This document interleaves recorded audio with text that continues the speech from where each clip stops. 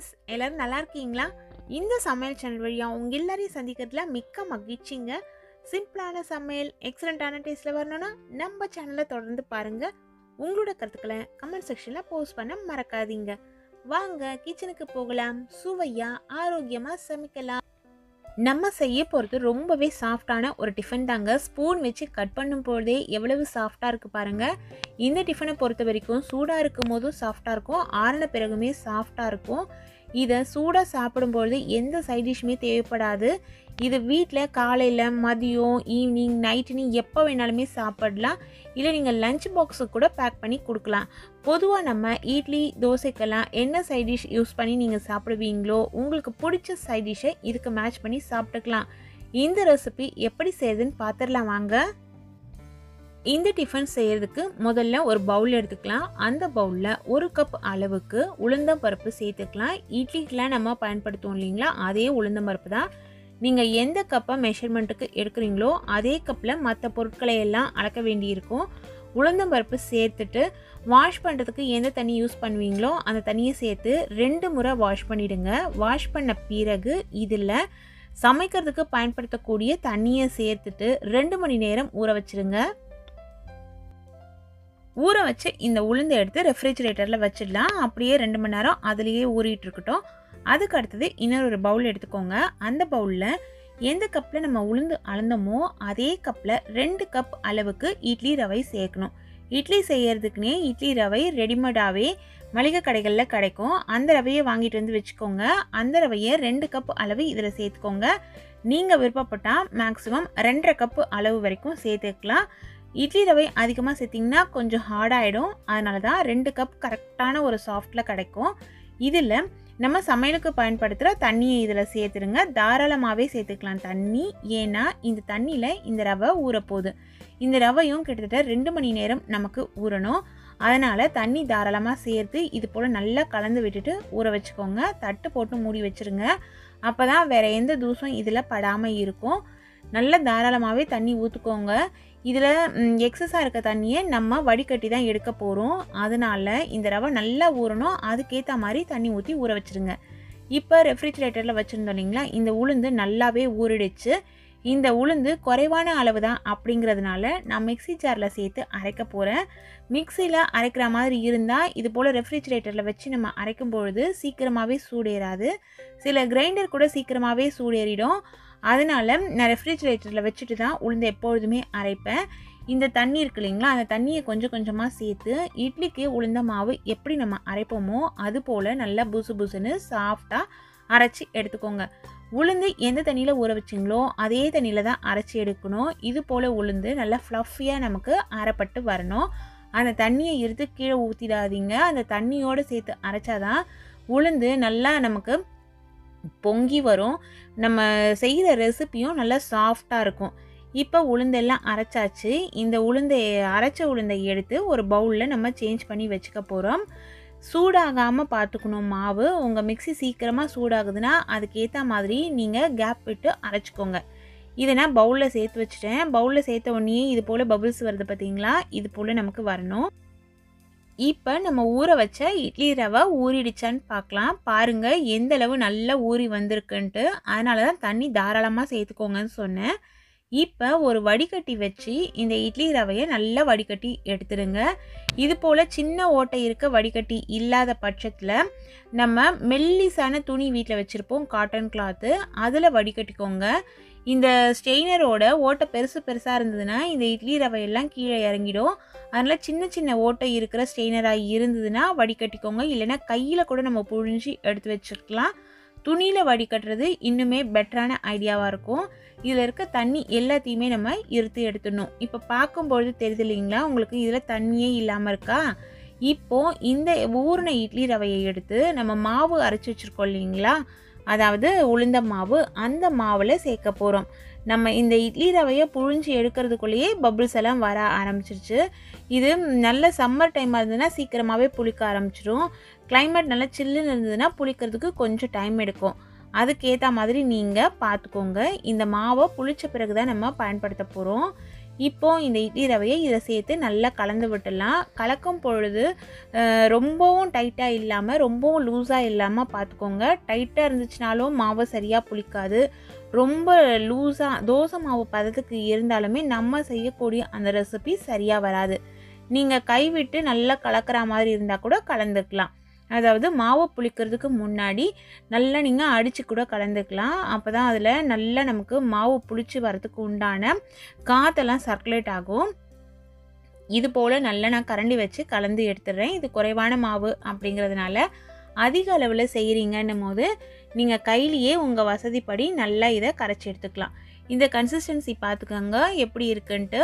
இட்லி மாவு நம்ம எந்த அளவில் கரைச்சி வைப்போமோ அதே அளவில் இருந்தாலே போதும். இல்லை அதை விட கொஞ்சம் திக்காக இருந்தால் கூட பரவாயில்ல. இப்போது நான் எடுத்திருக்க இந்த அளவுக்கு 1 டேபிள் ஸ்பூன் அளவுள்ள கல்லுப்பு சேர்க்குறேன். நீங்கள் தூளுப்பு சேர்க்குற மாதிரி இருந்ததுன்னா குறைச்சி சேர்த்துக்கோங்க. இல்லை உப்பு உங்களோட டேஸ்ட்டுக்கு ஏற்ற மாதிரி சேர்த்துக்கோங்க. தட்டு போட்டு மூடி அப்படியே புளிக்க வச்சிடலாம். குறைஞ்சபட்சம் 6லேருந்து 8 மணி நேரம் ஆகும் புளிக்கிறதுக்கு, கிளைமேட்டை பொறுத்து. இப்போ இது புளிச்சிருச்சான்னு பார்க்கலாம். இந்த மாவு நல்லாவே புளிச்சிருக்கும். மேலே பார்க்கும்பொழுது உங்களுக்கு அந்த வித்தியாசம் தெரியுது பாருங்கள். கரண்டி வச்சு இது போல் நம்ம எடுத்து பார்க்கும்பொழுது உள்ள ஏர் பபிள்ஸ்லாம் எவ்வளோ நல்லா சூப்பராக வந்திருக்கு பாருங்கள். மாவு நல்லா ஃப்ளஃபியாக நமக்கு பொங்கி வந்திருக்கு. இது போல் மாவு பொங்கி வந்தால் தான் நம்ம வீடியோவில் பார்த்த மாதிரி அந்த டிஃபன் நல்லா சாஃப்டாக நமக்கு கிடைக்கும். இப்போ பொங்கி வந்த மாவை கரண்டி வச்சு நல்லாவே கலந்துக்கலாம். மாவு பொங்கின பிறகு கரண்டி வச்சு அடித்து கலக்க வேணாம். மெதுவாக நீங்கள் கலந்து விட்டாலே போதும், அது கலந்து வந்துடும். இது போல் கரண்டி வச்சு மெதுவாக கலந்து எடுத்துக்கோங்க. மாவோட கன்சிஸ்டன்சியும் இது போல் தான் இருக்கணும். இதை விட தண்ணியாக இருந்துச்சுன்னா நம்ம அதை ஊற்றி சுடும் பொழுது அதை கரெக்டாக நமக்கு அந்த ஷேப் நமக்கு கரெக்டாக கிடைக்காது. ரொம்ப சாஃப்டாகவும் நமக்கு வராது. அதனால் மாவோட பக்குவம் ரொம்பவே முக்கியங்க. இந்த அளவு திக்காக இருக்கணும். அதனால தான் திரும்ப திரும்ப சொல்லிகிட்ருக்கேன். ஆனால் இந்த டிப்ஸ் எல்லாம் நீங்கள் கரெக்டாக ஃபாலோ பண்ணிங்கன்னா ஃபர்ஸ்ட் டைம் ட்ரை பண்ணும்போதே ரொம்ப பர்ஃபெக்டாக வந்துடும் இந்த ரெசிபி. ஆந்திராவில் ரொம்பவே ஃபேமஸான டிப்பா ரொட்டி தான் நம்ம செஞ்சிட்ருக்கோம். இப்போ பாருங்கள் மாவு எவ்வளோ சூப்பராக வந்திருக்கு. இப்போ இந்த மாவுக்கு ஒரு தாளிப்பு கொடுத்துடலாம். நீங்கள் எந்த அளவு மாவு எடுத்துருக்கீங்களோ அதுக்கு ஏற்ற மாதிரி தாளிப்பு பொருட்களை கூடுதலாகவோ இல்லை குறைவாகவோ சேர்த்துக்கோங்க. நான் ஒரு கடாய் வச்சுட்டு கடாய் சூடேறிட்டுருக்கு. அதில் கடலெண்ணெய் தான் சேர்க்குறேன். கடலெண்ணெய் 2-3 டேபிள் ஸ்பூன் அளவு சேர்த்துட்டு அதில் 1 டேபிள் ஸ்பூன் அளவுள்ள கடலைப்பருப்பு சேர்த்துக்கலாம். தேவைப்பட்டதுன்னா பருப்பு நம்ம கூடுதலாகவோ இல்லை குறைவாக கூட சேர்த்துக்கலாம். அதே போல் உளுந்தம்பருப்பு சேர்த்துக்கலாம்.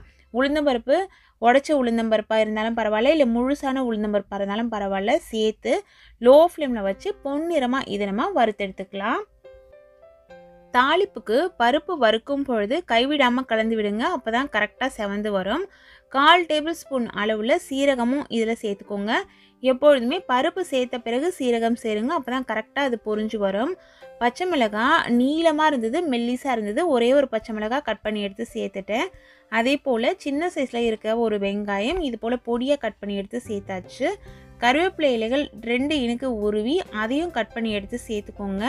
பொதுவாக இதில் கொத்தமல்லி சேர்க்க மாட்டாங்க. நீங்கள் விருப்பப்பட்டால் கொத்தமல்லி கூட சேர்த்துக்கலாம்.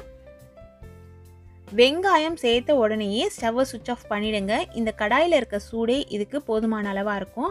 சூப்பராக இது வதங்கி வந்துருச்சு.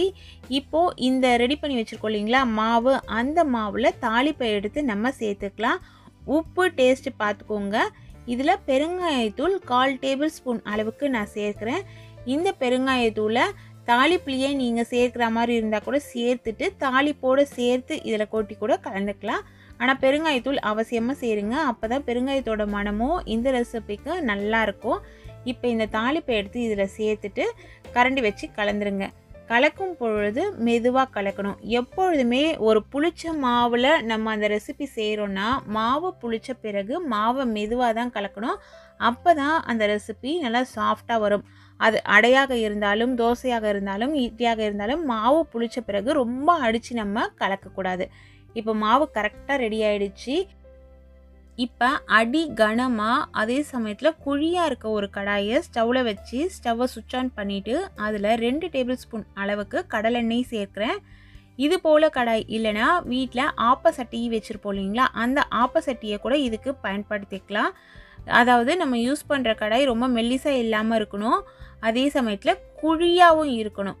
இப்போ இதில் நம்ம ரெடி பண்ணி வச்சுருக்கோம் இல்லைங்களா மாவு, அந்த மாவை எடுத்து திக்காக ஊற்றணும். திக்கானா 2 இல்லை 3 குழிக்கரண்டி அளவு நீங்கள் ஊற்றுனீங்கன்னா கரெக்டாக இருக்கும். மாவு ஊற்றும் பொழுதே லோ ஃப்ளேமில் வச்சுக்கோங்க. கடாய் நல்லா சூடேறின பிறகு அதில் மாவு சேர்த்துட்டு லோ ஃப்ளேமில் மாற்றிடுங்க. இது நிதானமாக தீயில வெந்து வந்தால் தான் நல்லா கரெக்டாக நமக்கு வேகும். ஒரு 3 நிமிஷத்துக்கு இது அப்படியே வேகட்டும். வெந்த பிறகு ஓப்பன் பண்ணி பாருங்கள். லைட்டாக இந்த மாவெல்லாம் கலர் சேஞ்ச் ஆகிருக்கும். மாவு ஓரளவு வெந்திருக்கு அப்படிங்கிறது நமக்கு பார்க்கும்பொழுதே தெரியும். இந்த சமயத்தில் ஓரத்தில் நமக்கு தேவையான அளவு எண்ணெய் சேர்த்துக்கோங்க. கொஞ்சம் எண்ணெய் கூடுதலாக தான் தேவைப்படும். நீங்கள் சின்ன பிள்ளைங்களுக்கு கொடுக்குற மாதிரி இருந்துச்சுன்னா நெய் விட்டுக்கோங்க. நெய் மணத்தில் அவங்க ரொம்பவே விரும்பி சாப்பிடுவாங்க. திரும்பவும் லோ ஃப்ளேமில் அப்படியே வேகட்டும். இப்போ நம்ம சேர்த்த எண்ணெய் பாருங்கள் எல்லாமே உறிஞ்சிக்கிட்டு அடிப்பக்கம் நல்லா செவந்து வந்திருக்கு. இது போல் செவந்து வர வரைக்கும் வெயிட் பண்ணிவிட்டு இது போல் ஷேப்பில் இருக்க ஒரு கரண்டி வச்சு தான் திருப்பி போடணும். இது மாதிரி ஜல்லி கரண்டியாக இருந்தாலும் சரி, ஓட்டை இல்லாமல் கரண்டி இருக்கும், அது போல் கரண்டி இருந்தாலுமே எடுத்து லைட்டாக அப்படியே திருப்பி போட்டுருங்க. இந்த சைட் பாருங்கள், பார்க்குறதுக்கு எவ்வளவு அழகாக நல்ல ஒரு கோல்டன் ப்ரௌன் கலரில் செவந்து வந்திருக்கு. இப்போ இன்னும் கொஞ்சம் எண்ணெய் சேர்த்துக்கலாம்.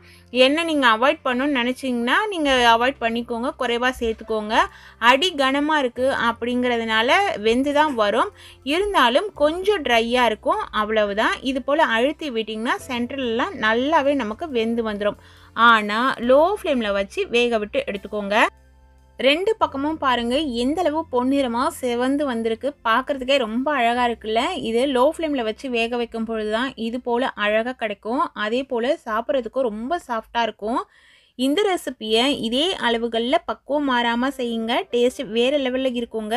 இது போல் நல்ல நல்ல ரெசிபிஸ் தெரிஞ்சுக்கணுன்னா நம்ம சேனலை தொடர்ந்து பாருங்கள். சுவையாக சமைச்சு சாப்பிட்டுட்டு மகிழ்ச்சியாக வாழுங்க. சுவையாகவும் இருக்கணும், ஆரோக்கியமாகவும் இருக்கணும்னா நம்ம சேனலை பார்த்து சமைங்க. Thank you friends.